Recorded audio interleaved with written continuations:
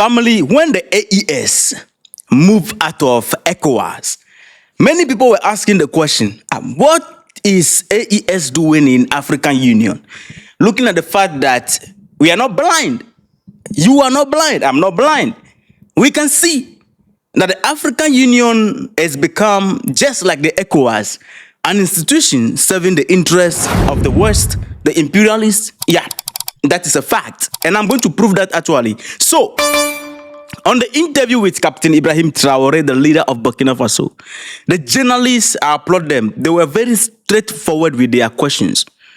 Mr. President, what are you people still doing in African Union currently? So Ibrahim Traoré answered the questions regarding why they are still there. Are they going to move out soon? I can tell you that our Sahel brothers, they've made their choice. They're just waiting for something to hang the choice on. I'll prove that to you. Captain Traoré, made mention of a few things, and if we should use our own brain, we will understand exactly what he's saying. Those of you who were complaining that the first video you were not seeing the caption was running too fast, and make sure that this time you are going to read everything clear. It's not going to run too fast. And forgive me for that, yeah? That is not all. They asked him question, why you were not at the UN General Assembly, just like your colleagues who went there and they were taking pictures and, with Donald Trump and go. Are you not interested in taking picture with Donald Trump? Amazing answer, actually. Another question that Ibrahim Traoré actually answer was in regards to, African leaders when they went to the UN General Assembly, all of them were talking about, recognizing, the Palestinian state, what is happening in the Middle East. All of them were making a point and standing on a particular ground. Ibrahim Traoré at home, the journalists have to quiz him with this question. And he gave a fantastic answer. The answer that practically override everything our leaders went there to say. Ladies and gentlemen, if today is your first time joining me, this is Official Survivor Media. Do well by supporting us, by liking the video and also subscribing to be part of this family. Let's go. Avec la permission de Dieudonné, je voudrais vous poser une question concernant justement votre relation avec une autre organisation. Qu'est-ce que vous faites encore dans l'Union africaine? Bonne question. Alors, je dirais que notre situation dans l'Union africaine est tellement passive qu'on ne sait pas si on est dans l'Union ou si on n'est pas dans l'Union. On nous a suspendus depuis, personne ne nous parle. C'est vraiment un silence radio. Donc alors, moi je ne sais pas si je suis dans l'Union ou pas. Family, this is very interesting. He said, they said, Mr. President, what are you still doing in the African Union? He said, it's a very partial, situation over there.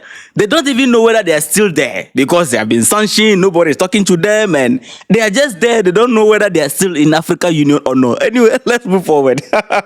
En posant aussi un acte historique, comme cela a été le cas avec la CEDEAO, en claquant la porte à une institution qui visiblement ne sert pas à grand chose. Can you see how the journalist was very specific?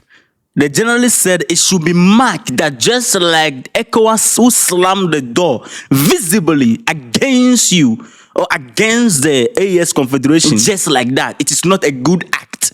So which means that when you compare the situation between AES and African Union and AES and ECOWAS, it look almost the same. So why are you still there? Let's go. J'ai eu à discuter avec un diplomate de cette organisation et après, nous avons vu qu'ils ont nommé un médiateur, le président burundais, qui devrait même venir ici la semaine passée, je pense, mais après, il y a eu question d'agenda avec nous.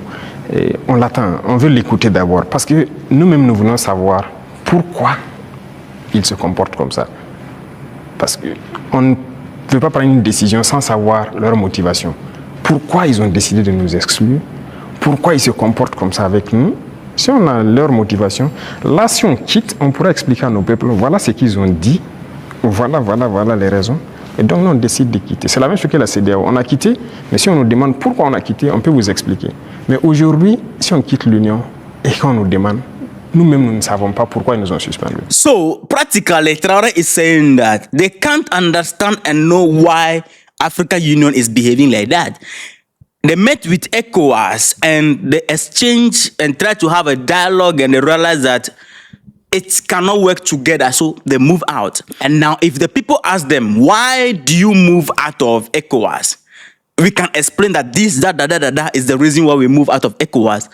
African Union, they are yet to approach us. They even designate, is that the right English, the Burundi leader to come and, talk to them. So they are waiting for the leader to come. And in respect for some people, they are still waiting for the leader to come. When the leader comes, then they can have a dialogue. Then if they have a conversation and realize, okay, this is why you did this, and, they come made together, then they will decide if they will move out or not. Anyway, let's move forward to the next question. Depuis que vous êtes chef d'État, vous voyagez très peu. Oui. Le seul pays en Afrique où vous êtes allé, c'est probablement la Russie, si je ne m'abuse. Et on a vu vos homologues africains aux États-Unis, avec une sorte de photo de classe, avec le président Trump. Et je vous donne un commentaire d'un ami à moi qui me disait « Le capitaine Traoré n'aurait jamais accepté ça ». Est-ce que c'est vrai? The guy is actually pointing out to a documentary by his friend which says that Traoré will never go to the United States and be taking picture with Donald Trump, like how African leaders went there and did and all that. Is it true? Listen to this answer. Bah écoutez, moi je voyage peu comme vous l'avez dit. Et je suis parti en Russie 2 fois, mais pour des objectifs bien précis. Il se peut que j'aille vers d'autres partenaires pour des objectifs bien précis. À part ça, je ne compte pas aller faire le tour du monde comme les autres le font. Parce que pour moi, il faut rester concentré, travailler pour son pays. Le président Trump lui-même, il a dit America first. C'est l'Amérique d'abord, il travaille pour les intérêts des Américains.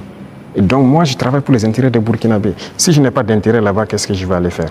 Exactly. Even Donald Trump, that they all went there and they are taking pictures with, Donald Trump said, American first. So, to him, Burkina Faso first. And he doesn't have any interest there. What is he going to do there? He's here. His interest is to work for his people. He doesn't have the interest in going around the world and traveling anyhow and roaming around the world. That is not why he is here. He is here to serve the people of Burkina Faso. He has no business in the United States. Of course, representative went there. Other African leaders could have also sent a representative, but they want to be there, take pictures. Those pictures must come to the bedroom or the hall so that they can display it. To African leaders, European leaders are their celebrity, where they want to go and take pictures with them and all that. Man, we should be ashamed of ourselves. But anyway, let's move forward. His stand on what is happening in the Middle East, how African leaders took a stand and all that. What is his position? Listen to key answer. Alors, l'un des grands sujets géopolitiques actuels, c'est bien sûr le conflit israélo-palestinien. On voit des États prendre de plus en plus position. On a vu des États occidentaux, européens, pour ne pas les nommer, dire qu'ils vont reconnaître, et c'est un signe fort, l'État palestinien.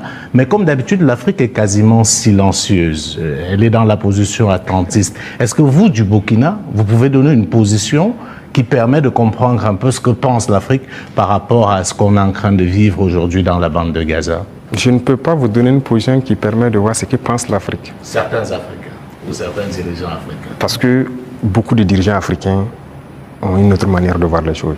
C'est le malheur de l'Afrique, si je peux le dire, on n'est pas unis. On ne voit pas de la même manière. Certains ont peur, certains ont les mains liées, certains sont là pour les intérêts d'autres personnes. Écoutez, l'Occident a amené des gens qui ont grandi chez eux, tout faire chez eux, venir les mettre chefs d'État en Afrique. Donc c'est eux qui contrôlent tout ça. Et donc l'Afrique ne peut pas avoir une opinion. Mais je sais qu'au fond de tout un chacun, personne n'aimerait voir ce qui se passe là-bas, se passer chez lui. Mais malheureusement, sur le continent africain, il y a une situation pareille. Au Congo, qu'est-ce qu'on fait même pour le Congo? En République démocratique du Congo. Ça fait combien de millions de morts? Depuis combien de temps? Nous-mêmes, nous sommes en guerre. Est-ce que vous avez vu des pays africains même porter la voix pour le Burkina depuis les 10 années passées? C'est rare. C'est rare. Donc, l'Africain a ce problème-là. Pendant que quand vous voyez en Europe, ils ont un problème. Tout le monde est uni, les gens arrivent à rapidement trouver des solutions. Les États-Unis, c'est pareil. Mais l'Afrique a ce problème. Vous voyez, ça fait 10 ans que nous on se bat. Vous n'avez pas entendu quelqu'un porter la voix du Burkina au niveau des institutions internationales, quoi que ce soit, ni le Mali, ni le Niger. Nos populations meurent, ce n'est pas leur problème. Congo, ça meurt, ce n'est pas notre problème. La dernière fois, j'ai essayé dans une de mes paroles d'essayer de parler pour que... Ça fait combien de millions de morts? Le Soudan, regardez comment il se déchire. Il y a beaucoup de conflits sur notre sol déjà et on n'arrive même pas à porter la voix.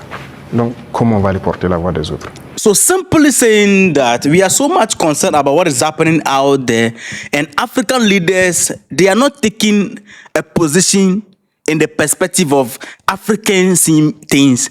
One, no. this one have different perspective, this one have different perspective, and we are not united to make a decision. And at the same time, we have the same situation here. Conflict in Congo, conflict in Sudan, even they themselves, I mean, there's a problem here. You don't see African leaders on the international stage raising voices for Congo, Sudan. When they went to the UN, you can count how many of them talk about Congo and Sudan. They were not concerned about what is happening on the continent of Africa.